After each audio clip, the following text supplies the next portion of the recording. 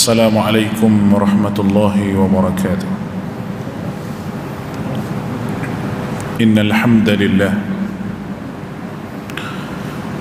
نحمده ونستعينه ونستهديه ونستغفره ونؤمن به ونتوكل عليه ونعوذ بالله من شرور أنفسنا وسيئات أعمالنا. من يهده الله فلا مضل له ومن يضلل فلا هادي له. أشهد أن لا إله إلا الله وحده لا شريك له وأشهد أن محمدا عبده ورسوله. اللهم صل على محمد وعلى آله وأصحابه ومن تبعهم بإحسان إلى يوم الدين. قالوا سبحانك لا علم لنا إلا ما علمتنا إنك أنت العليم الحكيم. ولا حول ولا قوة إلا بالله العلي العظيم. ربنا زدنا علما وارزقنا فهما. اللهم فقهنا في الدين وعلمنا التأويل واهدنا إلى سواء السبيل. اللهم ارفع عنا البلاء والوباء والربا وسوء الفتن ما ظهر منها وما بطن. اللهم أرنا فيهم يوما أسودا. اللهم اشف مرضانا وجرحانا وارحم موتانا برحمتك يا أرحم الراحمين. قال رب اشرح لي صدري ويسر لي أمري واحلل عقدة من لساني يفقه قولي. رب يسر ولا تعسر وبتمم بالخير. Alhamdulillah, bersyukur kita kehadrat Allah Subhanahu wa taala dengan limpah kurniaan nikmat daripada Allah Azza wa Jalla, kita dapat bersama-sama lagi pada malam ini bagi meneruskan lagi kitab kita berkenaan dengan hubbun Nabi wa alamatuha, cinta Nabi dan ciri-ciri orang yang cinta kepada Nabi sallallahu alaihi wasallam. Pada malam ini kita bicara berkenaan dengan muka surat yang ke-24, iaitu al-alamatul ula, alamat yang pertama ataupun ciri yang pertama. Bersungguh-sungguhnya ingin melihat dan menemani Nabi sallallahu alaihi wasallam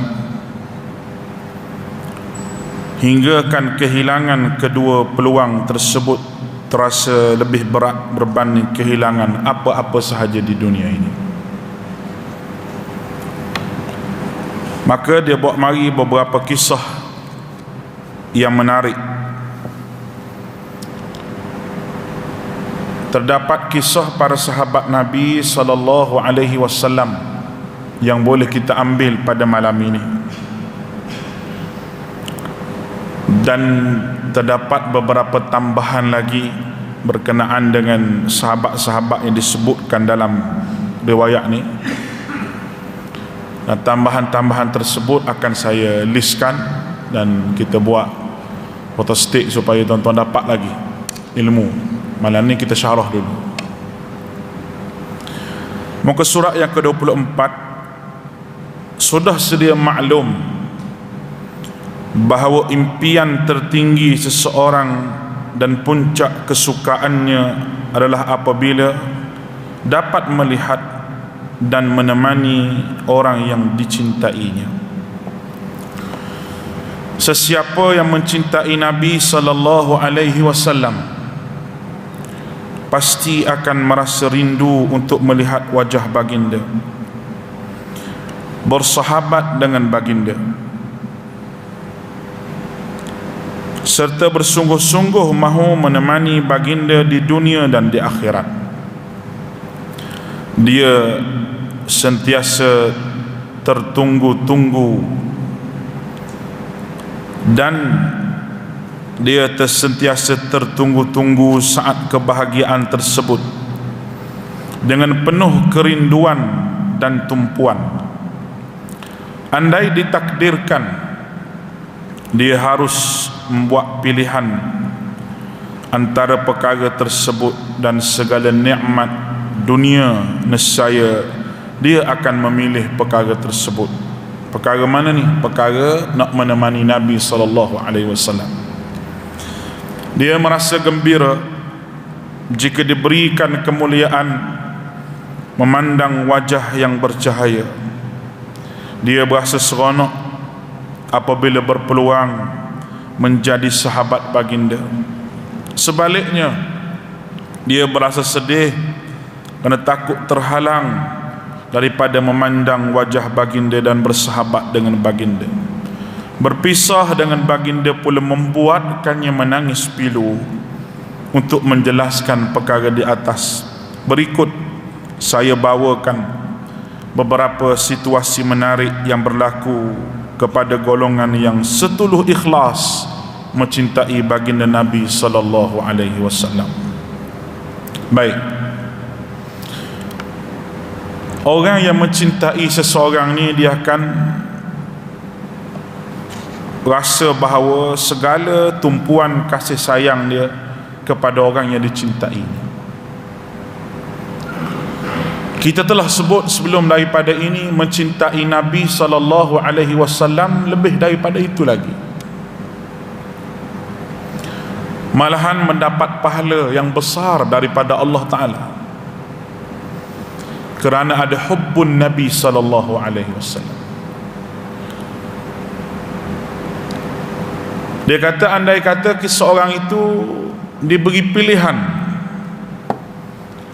sama ada untuk bersama dengan Nabi sallallahu alaihi wasallam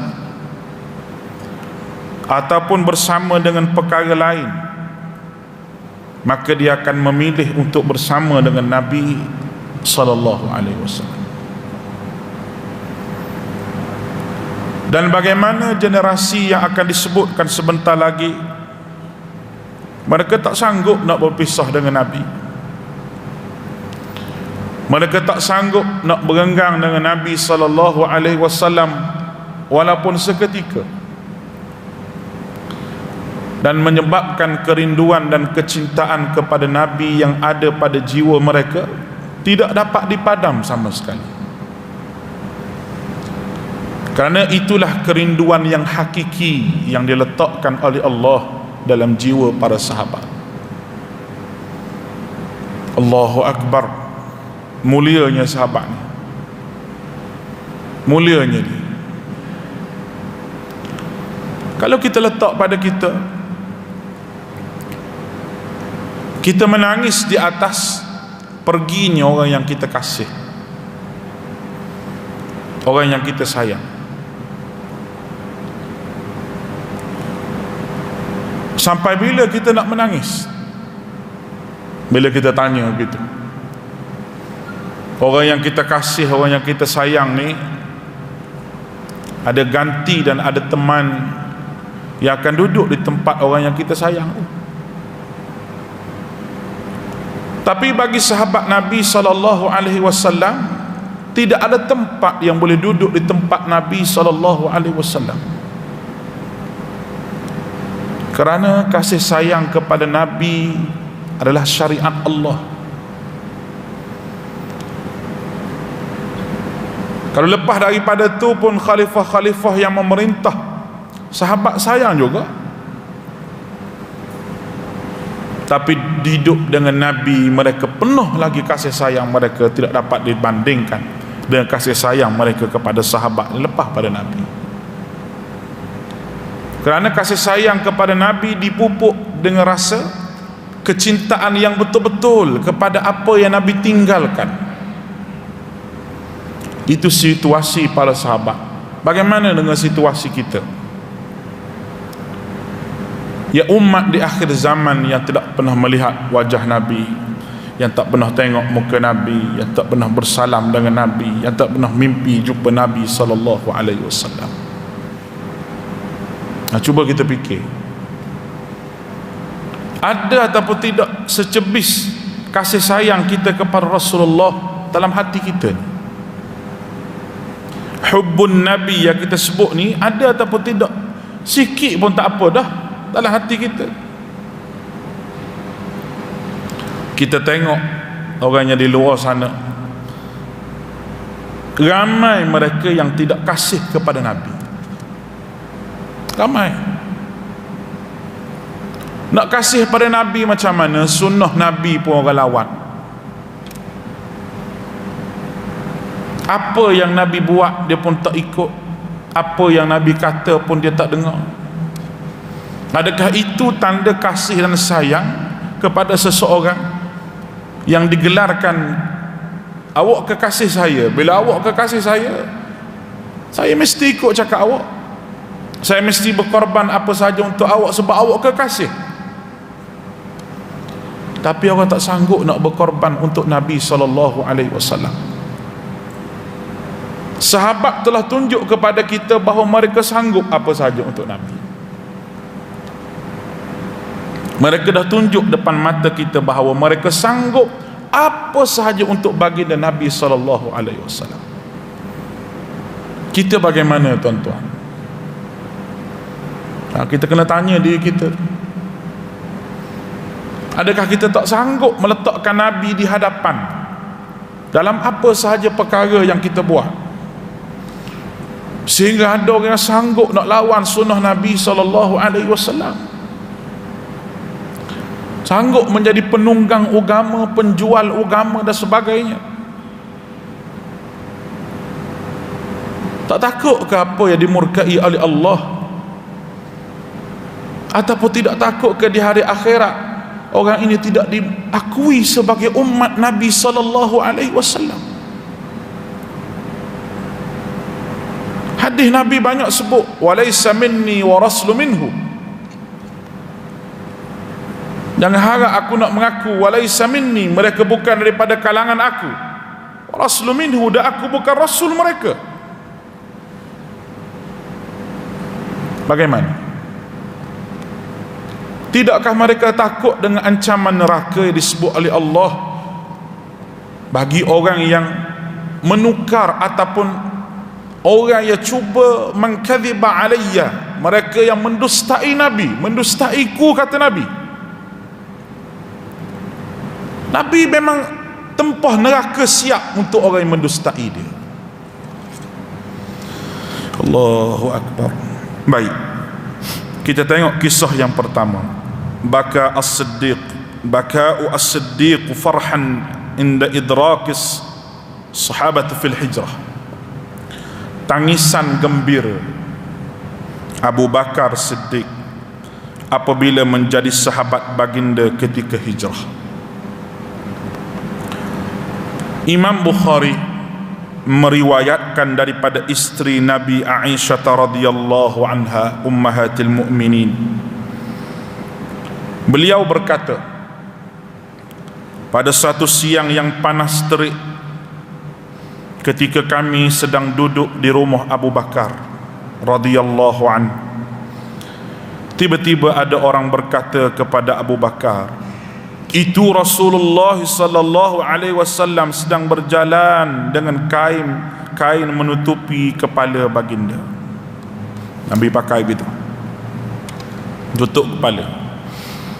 Biasanya baginda tidak datang pada waktu sebegini, waktu yang begitu panas, tengah hari. Abu Bakar berkata, ibu bapaku tebusan buat dirinya, demi Allah baginda tidak akan datang pada waktu begini melainkan ada perintah wahyu daripada Allah. Hadis ini riwayat daripada Bukhari, cerita Aisyah. Memang Nabi tidak keluar pada waktu tengah hari. Musim ni musim panas yang terik, bukan panas main-main, tuan-tuan, panas Perlis ni kira okey lagi lah, walaupun negeri Perlis ni ada satu kawasan yang memang kawasan terpanas. Tapi kalau orang biasa pergi ke Mekah, kalau betul-betul musim panas, saya ni biasa pergi ke Mekah, musim panas sangat memang saya tak pergi semayang. Panas sangat, dan saya ni memang tak boleh tahan dengan panas, cepat nak pitam. Jadi kita semayang dia itulah. Kalau hotel Safwah tu dia tempat semayang, dia boleh berimamkan dengan Imam Masjidil Haram, ada musalla dia. Nak bagi tahu panas, kita keluar hotel tu habur dia punya panas, Tuhan saja yang tahu. Tengah panas begitu, Nabi mari datang ke rumah Abu Bakar dalam keadaan menutup kepalanya. Menutup kepala gitu, macam orang Arab pakai itu, dia tutup kepala. Dan Abu Bakar kata, dia kata Nabi tak keluar waktu panas begini kecuali ada wahyu daripada Allah Azza wa Jalla. Aisyah berkata, Rasulullah sallallahu alaihi wasallam sampai dan meminta izin untuk masuk. Sampai minta izin untuk masuk. Ini akhlak Nabi. Dan Nabi ajar akhlak itu kepada orang apabila mari rumah orang, datang rumah orang. Menerusi firman Allah Ta'ala, ya ayyuhalladzina amanu la tadkhulu buyutan ghaira buyutikum hatta tasta'nisu wa tusallimu ala ahliha. Hatta tasta'nisu wa tusallimu ala ahliha. Wahai orang beriman, jangan kamu masuk rumah orang lain melainkan rumah kamu. Rumah kita sendiri tak apa, tak beri salam pun, tapi molek beri salam. Tapi kalau tak beri salam rumah kita sendiri tak apa, rumah orang lain beri salam, minta izin, boleh masuk, Assalamualaikum, boleh faham ni? 3 kali beri salam. Kalau kawan kita tu baik dengan kita, tak, dan kita bagi salam, dia bagi salam dulu, tunggu depan rumah. Tapi kalau hak mari tu minta hutang, 10 kali beri salam pun tak keluar. Dari Nabi ni rumah Abu Bakar, walaupun Abu Bakar ni sahabat yang setia, Nabi beri salam. Abu Bakar pun mengizinkan kepada baginda masuk. Abu Bakar pun kata masuk Rasulullah. Kemudian baginda sallallahu alaihi wasallam bersabda kepada Abu Bakar, perintahkan semua yang ada dalam di rumahmu untuk keluar. Abu Bakar menjawab, tapi mereka semua ahli keluargamu wahai Rasulullah. Mereka semua ahli keluargamu, perintahkan semua ni keluar, tapi mereka semua ahli keluargamu wahai Rasulullah. Baginda sallallahu alaihi wasallam pun bersabda, sungguh aku telah diizinkan untuk keluar berhijrah. Bukan keluar masa tu, nampak ni? Maknanya suruh berhijrah. Karena pada ketika itu telah pun turun ayat diwahyukan oleh Jibril kepada Nabi supaya berhijrah. Lalu Abu Bakar berkata, maksudnya aku akan menemanimu wahai Rasulullah. Nabi menjawab, ya benar. Bukannya Abu Bakar radhiyallahu anhu tidak tahu risiko, ketakutan dan bahaya yang bakal dihadapi ketika hijrah. Namun perkara tersebut sedikit pun tidak memberi kesan dan mengurangkan keinginannya untuk menemani Nabi sallallahu alaihi wasallam. Oleh itu, ketika Nabi menerima permintaannya untuk menemani baginda, ketika Nabi menerima permintaannya untuk menemani Abu Bakar terharu, lalu menitiskan air mata kegembiraan kerana mendapat peluang berharga tersebut. Al-Hafiz Ibnu Hajar berkata, Ibnu Ishaq menambah riwayatnya, Aisyah radhiyallahu ta'ala anha berkata, aku melihat Abu Bakar menangis. Siapa Abu Bakar ni?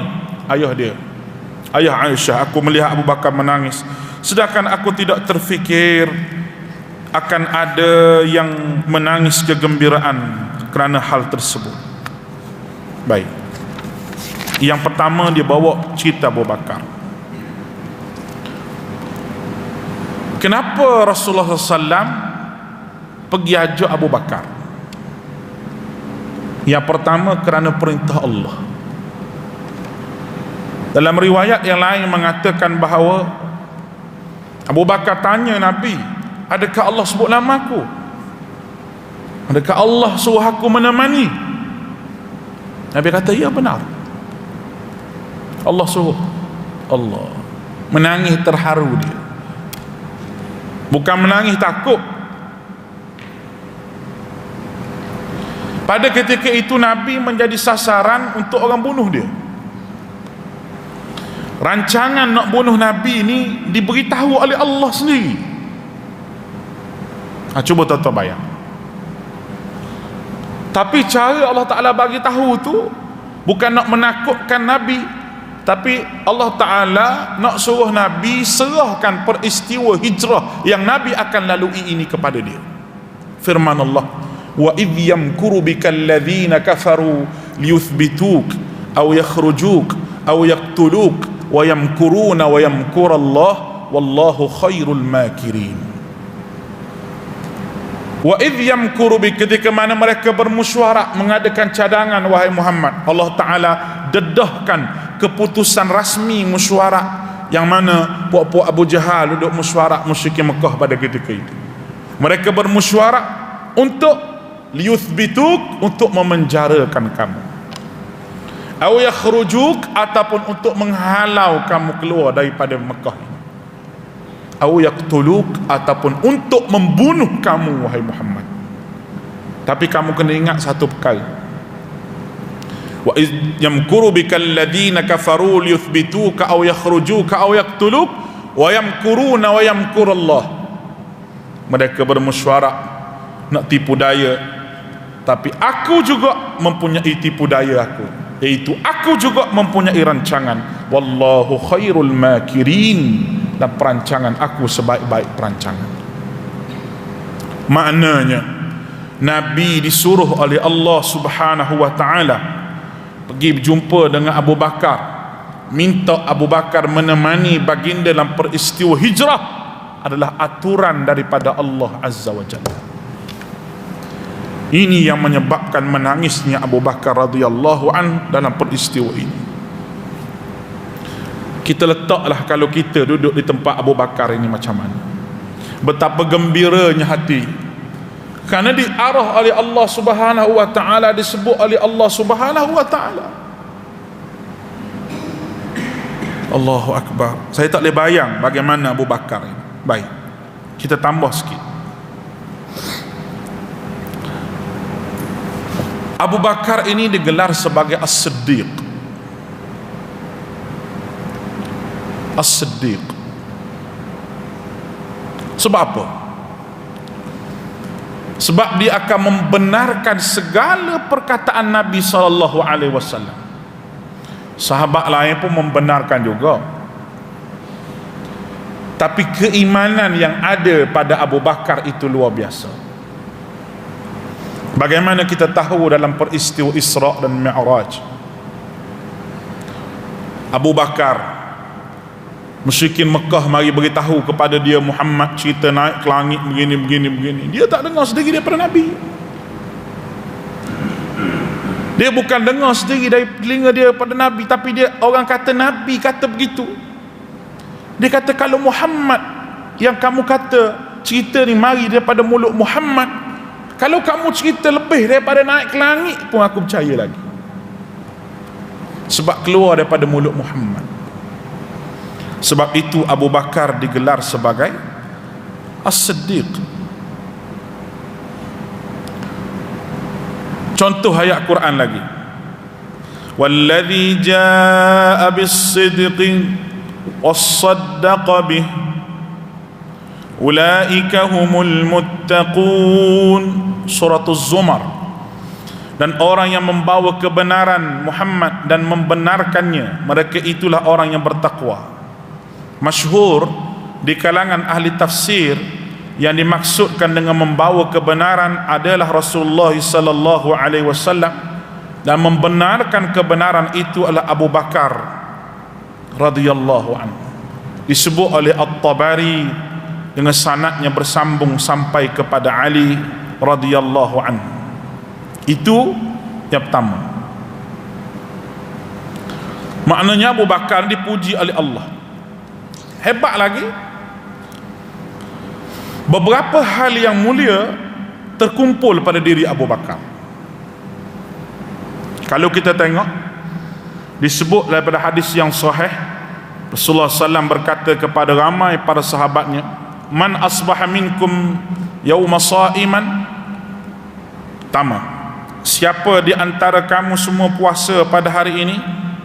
Qala Abu Bakr radhiyallahu anhu, berkata Abu Bakar, saya. Nabi bertanya soalan yang kedua, siapa antara kamu yang mengiringi atau menghantarkan jenazah ke tempat kubur pada hari ini? Abu Bakar kata, saya. Tiga, Nabi tanya lagi, ada di antara kamu memberi makan kepada orang miskin pada hari ini? Abu Bakar jawab, saya. Empat, Nabi bertanya, ada di antara kamu menjenguk orang sakit pada hari ini? Abu Bakar kata, saya. Lalu Nabi SAW bersabda, tidaklah kebaikan itu berkumpul pada seseorang kecuali dia akan masuk syurga. Ini Nabi sebut. Berapa tu? Nabi kata, ada puasa hari ni? Abu Bakar kat tangan, dia puasa.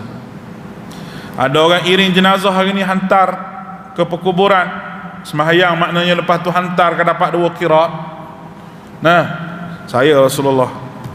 Nabi tanya lagi, siapa yang beri makan orang miskin hari ni? Ada sedekah beri makan pada orang miskin? Saya Rasulullah. Hari ni siapa boleh jenguk orang sakit? Saya Rasulullah. Nabi kata, tidak ada kebaikan itu berkumpul pada seseorang semua tu kecuali dia akan masuk syurga. Tuan-tuan nak masuk syurga, Nabi sebut ni, buatlah puasa. Ada orang mati pergi sembahyang jenazah, iring sampai ke kubur, orang tak nampak pahala tu, pahala solat jenazah tu orang tak nampak. Nampak ni? Dia kira orang tak jemput. Orang tak jemput tak lagi solat jenazah, siapa dia ajar? Orang mati tu orang Siam ke orang Islam? Orang Islam mati dah, apa pergi? Solat masjid, solat ke rumah itu nombor 2. Iringi dia sampai ke kubur, Abu Bakar buat 2. Puasa, iring jenazah ke kubur, bagi makan orang miskin. Pada hari yang sama, siapa dia hari ni beri makan orang miskin? Oh, kita pagi-pagi lagi beli nasi lemak dengan apa, bagi-bagi ke asnaf orang susah. Tak dapat syurga ni? Saya Rasulullah. Ziarah orang sakit. Ada orang sakit hari ni kita ziarah, kita buat bagi makanan ke dia, menggembirakan hati dia dan sebagainya, doakan dia. Saya Rasulullah, Abu Bakar kata. Maka kebaikan-kebaikan dibuat oleh Abu Bakar itu tidak berkumpul semua kebaikan itu pada satu hari, melainkan dapat syurga kepada dia. Abu Bakar telah mendahului sahabat lain dalam perkara. Ya Allah. Nabi sebut lagi, Abu Daud meriwayatkan, berkata kepada Abu Bakar radhiyallahu, amma innaka ya Abu Bakar awwala man yadkhulul jannah min ummati. Adapun kamu sesungguhnya wahai Abu Bakar, orang yang pertama masuk surga daripada kalangan umat ini. Ya Rabbi, kita tak boleh bayang orang hina Abu Bakar bagaimana Syiah. Orang melaknat Abu Bakar sebagaimana Syiah. Macam mana Syiah boleh mendustakan perkataan Nabi begini? Cuba tuan-tuan bayang, di kalangan umat Nabi, daripada zaman Nabi, para sahabat, sampailah kepada kita semua ni, umat Nabi kita ni. Tapi orang yang pertama masuk syurga di kalangan umatku lepas pada Nabi, itu Abu Bakar. Terang-terang Nabi sebut ni. Lepas tu huraian ulama lagi bahawa semua ahli sunnah wal jamaah ni yang ikut peperangan dalam peperangan Badar masuk syurga. Ummahatil mukminin masuk syurga, Aisyah dan sebagainya masuk syurga, Abu Bakar, semua sekali tokoh-tokoh penduduk syurga setelah Nabi sallallahu alaihi wasallam. Ada satu lagi, Abu Bakar dipanggil daripada semua pintu syurga. Dalam kitab Bukhari Muslim meriwayatkan, ma anfaqa, barang siapa yang menginfakkan sesuatu yang berpasangan di jalan Allah, maka dipanggil beberapa pintu daripada pintu syurga. Wahai hamba Allah, ini lebih baik. Barang siapa yang selalu melaksanakan solat, maka dipanggil daripada pintu solat. Barang siapa yang pernah berjihad, maka dipanggil daripada pintu jihad. Barang siapa yang bersedekah, maka dipanggil daripada pintu sedekah. Barang siapa yang tekun berpuasa, dipanggil daripada pintu Rayyan. Maka Abu Bakar berkata, wahai Rasulullah, seseorang tidak perlu dipanggil daripada semua pintu. Adakah orang yang dipanggil daripada semua pintu itu? Nabi SAW menjawab, ya. Dan aku berharap kamu termasuk dari mereka, wahai Abu Bakar. Nabi kata, orang yang semayang dipanggil oleh pintu semayang, orang yang sedekah dipanggil oleh pintu sedekah, orang yang berjihad dipanggil oleh pintu jihad. Abu Bakar tanya, wahai Rasulullah, seseorang tidak perlu dipanggil daripada semua pintu. Adakah orang dipanggil daripada semua pintu itu? Makna pintu semayang panggil nama dia, pintu jihad panggil nama dia, pintu infak panggil nama dia. Adakah orang begitu Rasulullah? Rasulullah kata, ya. Dan aku berharap, kata Nabi, kamu yang dipanggil daripada semua pintu itu. La hawla wa la quwwata illa billah. Abu Bakar mana pilih hak mana? Pintu salat, pintu sedekah, banyak Nabi huraikan perkara yang al-ghaibiyat, perkara yang sahabat tak nampak depan mata di hadapan sahabat semua. Lalu Abu Bakar tanya, ada ke orang dipanggil semua pintu, duk berebut nak panggil? Ada. Nabi kata, ya ada. Dan Nabi berharap Abu Bakar lah orang yang dipanggil daripada semua pintu tersebut. Orang yang begini, tuan-tuan, orang tak mau ambil contoh. Abu Bakar ni, orang yang begini dilaknat oleh Syiah, orang yang begini dicerca oleh Syiah. Macam mana kita boleh terpedaya sangat dengan Syiah ni? Apa sebenarnya? Memang ramai zaman sekarang, orang muda-muda ramai nak jadi Syiah, ramai jadi Syiah. Tuan-tuan tahu orang muda zaman sekarang terlibat dengan ajaran sesat yang begitu banyak. Banyak, bukan sikit tuan-tuan. Terutamanya ajaran yang tidak mempercayai kewujudan Tuhan. Ada. Tapi kita duk relax lagi.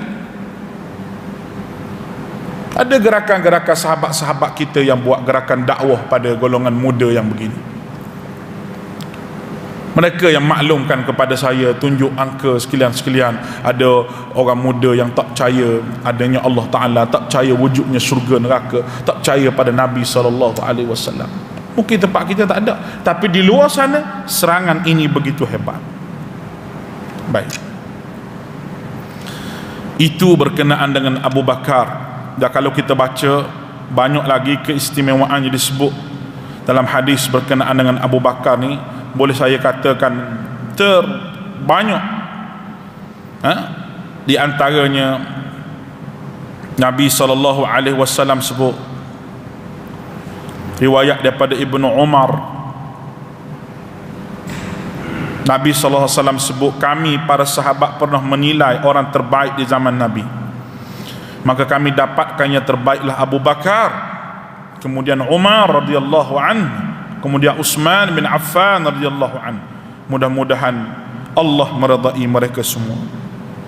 Bahkan penilaian tersebut dibuat oleh sahabat yang bernama Ali bin Abi Talib radhiyallahu anhu ketika ditanya oleh puteranya Muhammad dengan menanyakan, aku bertanya kepada ayahku, siapa yang terbaik setelah Rasulullah sallallahu alaihi wasallam? Maka ia menjawab Abu Bakar. Aku bertanya lagi, kemudian siapa? Ia menjawab kemudian Umar. Maka aku khawatir ia akan menjawab Uthman, setelah itu aku segera memotongnya. Kemudian engkau macam mana? Ia menjawab, aku hanya seorang daripada kaum muslimin. Jawab Ali. Ali yang diagung-agungkan oleh Syiah itu sendiri pun menyebut bahawa Abu Bakar yang utama selepas daripada Nabi SAW, kemudian Umar. Dua sahabat ini, Abu Bakar dan Umar, cukup dibenci oleh Syiah, malah Syiah melaknat kedua-dua ini. Agama apa sebenarnya Syiah yang dikatakan mazhab-mazhab oleh ulama-ulama tertentu ni? Dia bukan mazhab, tapi dia suatu agama yang baru, satu bid'ah yang dibuat. Sebab tu saya kata Syiah dia tidak akan mari dengan gaya Syiah, tapi dia mari dengan jarum-jarum yang halus yang masuk dalam masyarakat. Betul, jarum yang halus. Terutamanya dia masuk dengan jarum berqasidah berlebihan memuji Nabi SAW. Saya rasa baik juga tutup masjid bulan Maulud Nabi ni. Kalau belah Perlis ni tak apalah, tak ada hak bergendang dalam masjid. Kalau belah negeri lain tu, hak PKP apa tu, Allahu Akbar, sakan bulan Maulud ni memang ada panggil tok syekh tu, panggil tok syekh ni hak kata keturunan Nabi, lepas tu bergendang gonggang dalam masjid, mesti ada punya. Bukan daripada ajaran Nabi, bergendang dalam masjid, lepas tu baca qasidah yang memuji berlebihan Nabi sehingga meletakkan Nabi sama taraf dengan Allah Subhanahu wa taala. Itu adalah benda yang dibuat oleh Syiah sebenarnya, jarum halus yang disuntik oleh Syiah yang kita tak sedar. Kalau kita sebut begini mesti ada orang marah. Ya, nak marah tu nombor dua, tapi saya nak kata ini adalah benda yang dibawa oleh Syiah. Mengagungkan Nabi bukan tak salah mengagungkan Nabi, tapi meletakkan Nabi itu setaraf. Dia kata Nabi Sultanul Ghaibi, contoh, ketua segala yang gaib. Dalam dia punya syair dia adalah dia sebut, ya ayyuhan nabi, tu dia punya qasidah dia, kaukabus thurri antal imamul hadarati sultanuhal ghaibi, dia sebut. Anak-anak kita dah baca, kita dengar Arab sikit kira clear, kita kira nasyid ada tak duk baca, padahal benda tu perkataan yang boleh membawa jauh daripada Allah Ta'ala. Ishfa' lana, ishfa' lana lana ya habibana laka syafa'a, dia kata laka, kepunyaanmu syafaat. Bercanggah dengan ayat Allah tu, walillahi syafa'atu jami'a ilaihi yas'adul kalimut tayyibu wal amalus salihu yarfa'u. Allah Ta'ala sebut dalam Quran, Allah Ta'ala sebut dalam Quran tu apa dia? Kepunyaan Allah segala syafaat. Macam mana dia kata kepunyaan Nabi syafaat, sedangkan syafaat itu kepunyaan Allah? Allah yang mengizinkan Nabi beri syafaat kepada orang yang Nabi nak dengan izin Allah. La yashfa'u indahu illa biizni. Maka qasidah tu tak betul, tu qasidah tu tak betul, tapi dibaca anak-anak kita semua. Kata saya tambah anak-anak saya qasidah tu tambah.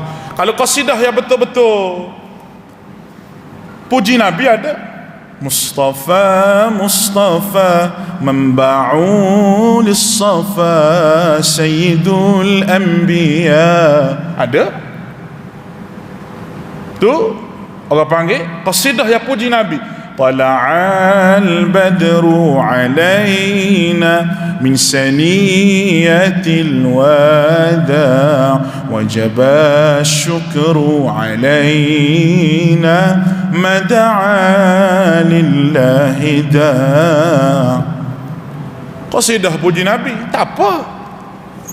Yang menjadi masalahnya qasidah duk mari bergendang dalam masjid, lepas tu duk mari puji Nabi benda yang okey tu, ya hana ya hana. Mau tu angkat tangan lambai mu lambai pada siapa? Bukan lambai saja tu, angkat tangan tu. Dengan keyakinan bahawa roh Nabi datang dalam majlis tu, sebab tu dia lambai tangan. Tak lambai pada siapa? Mu nak akad hai pada siapa lambai gitu. Dia kata Nabi mari dalam majlis dia. Allah. Jadi sahabat hak begitu sayang ke Nabi, hak begitu banyak kelebihan, tak ada satu berbuat macam dia buat. Tiba-tiba hari ni orang tu dia klaim bahawa dia sayang ke Nabi SAW, dia duk mari buat barang-barang lagu. Fikir sendiri lah. Semasa ada otak Tuhan bagi, fikir sendiri.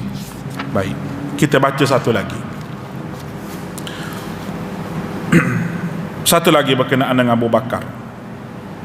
Abu Bakar menjadi orang yang kedua selepas Nabi SAW. Kita cerita habis yang ni dulu. Satu hari, kejadian yang berlaku diceritakan hadis yang sahih, yang mana Rasulullah SAW menjamin syurga kepada Abu Bakar. Masa Rasulullah duduk berehat tu kan, dalam kebun tu, Rasulullah hulur kaki dia ke bawah, hulur kaki dan telaga, ada telaga besar macam kolam. Rasulullah hayungkan kaki dia. So duduk sini, ada seorang jaga pintu. Rasulullah pintu itu diketuk, pintu kebun dibuat, dianyam daun tamar, dipelepah-pelepah tamar. Jadi pintu tu tak nampak siapa dalam. Ada pagar di pagar kebun tersebut, ada pagar dia lah. Hak jaga pintu tu saya tak ingat dah sahabat nama apa. Lepas tu bila Rasulullah SAW duduk dalam tu, sahabat hak jaga pintu tu dia tak pergi ganggu Nabi. Dia tak kata pergi sibuk-sibuk duduk kat Nabi, tanya-tanya Nabi, tidak. Dia memahami bahawa Rasulullah nak berehat. Rasul letak kaki, dah hayung kaki. Tiba-tiba pintu kebun diketuk. Assalamualaikum. Jawab sahabat jaga pintu, Waalaikumsalam. Rasulullah ada di dalam? Ada. Nak jumpa Rasulullah. Siapa dia? Abu Bakar. Nanti nak tanya Rasulullah. Sahabat jaga pintu tu kita tanya Rasulullah. Dia kata, Rasulullah, Abu Bakar mari. Adakah kamu izin Rasulullah untuk dia masuk? Rasulullah kata, silakan masuk dan beri berita gembira bahawa aku nak bagi syurga pada dia. Rasulullah kata begitu. Allah.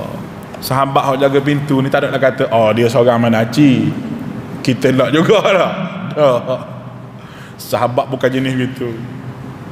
Dia pun relax lagi. Abu Bakar, Rasulullah kata sila masuk, dan Rasulullah bagi berita gembira nak bagi syurga pada kamu.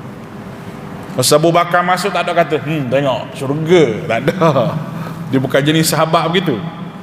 Abu Bakar duduk di sebelah kanan Nabi SAW. Duduk sebelah kanan Nabi, dihulurkan kaki sama dengan Nabi kita buat tadi. Allahu Akbar. Sahabat yang duduk jaga pintu tu, dia tak pergi curi-curi dengar mereka bercakap apa. Dah, dia pergi terus duduk kat pintu tu. Dia kata hari ni tak apa, jaga pintu tak apa, dia kata. Mari pintu, dia ketuk pintu dah agak kasar sikit. Gong. Siapa dia? Umar. Bila sebut Umar tu, penjaga pintu kata, nak apa? Dia tanya. Cakap sikit suara dia lah. Sebab Umar dia orang yang gagah. Nak apa dia? Dia kata, Rasulullah ada dalam? Ada. Nak jumpa Rasulullah? Ya, nanti aku minta izin. Rasulullah kata sahabat tu, Abu Umar mari, adakah kamu izin? Silakan. Dan beritahu ke dia syurga buat dia. Masuk.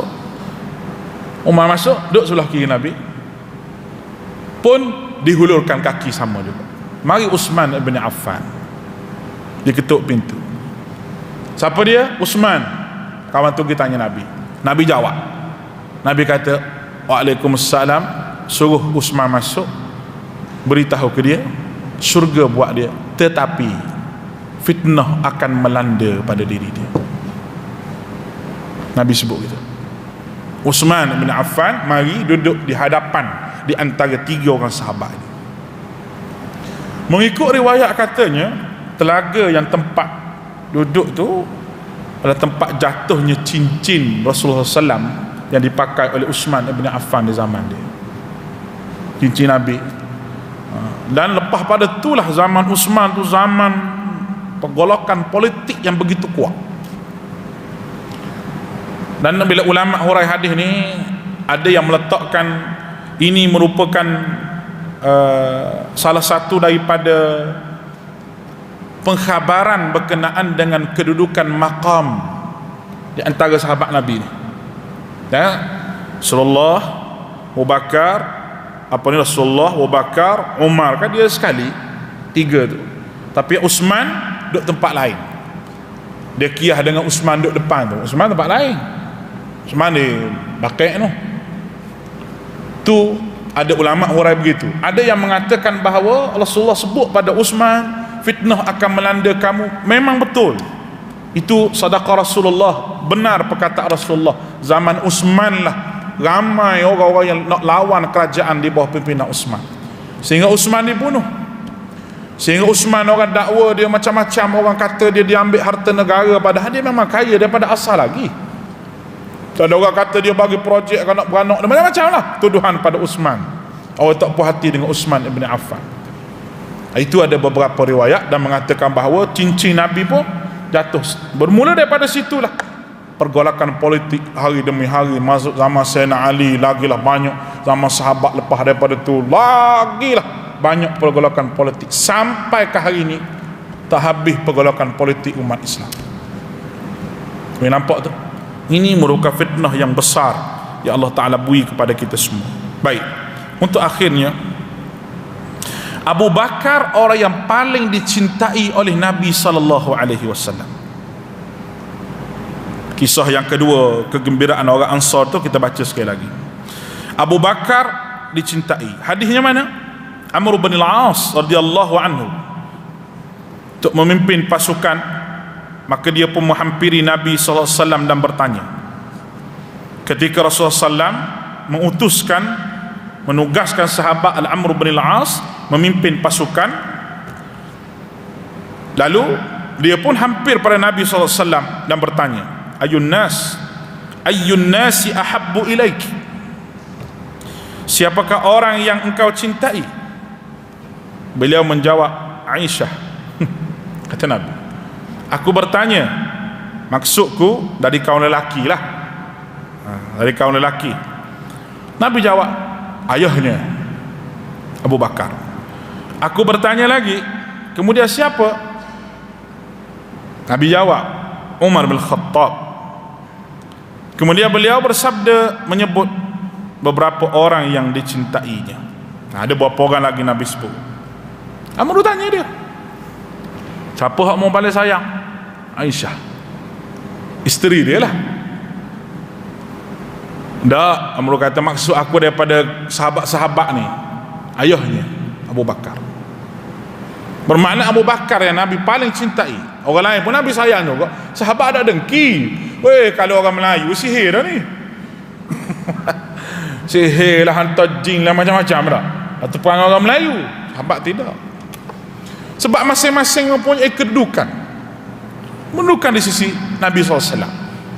Contohnya Nabi sebut tu lah. Nabi sebut orang masuk syurga daripada kalangan umatku, ada 10,000 masuk syurga tanpa hisab. Maka sahabat tu angkat tangan. Ukasyah dia angkat tangan, Rasulullah doakan saya supaya masuk 10,000. Rasulullah kata, ya, memang kamu masuk 10,000 tanpa hisab. Oh, orang lain pun kata, Rasulullah saya nak juga, Rasulullah saya nak juga, pakai angkat tangan. Rasulullah doa, sabaqaka Ukasyah. Rasulullah kata, tak dah, kamu dah ke Ukasyah dulu. Dia memanglah bonanza ni dia satu je. Nampak ni, kalau cabutan bertuah tu, kalau bagi kancil semua sekali, mampu syarikat. Dah, dia mesti ada bonanza tu satu je hadiah besar. Hak lain motosikal, hak lain hamper, begitulah. Nabi pun, Nabi kata sabaqaka ka Ukasyah, maka dan ke Ukasyah dulu. Sempat dulu Ukasyah kat tangan, lambakmu. Maknanya gitu Nabi kata. Masuk syurga tak orang lain? Masuk syurga juga. Ada di antara mereka ahli Badar. Jadi janji oleh Nabi SAW sebagai ahli syurga. Ahli Badar 313 orang tu ahli syurga. Nabi kata, mau buat apa yang kamu nak buat? Sebab Allah Ta'ala janji syurga kepada kamu. La hawla wa la quwata illa billah.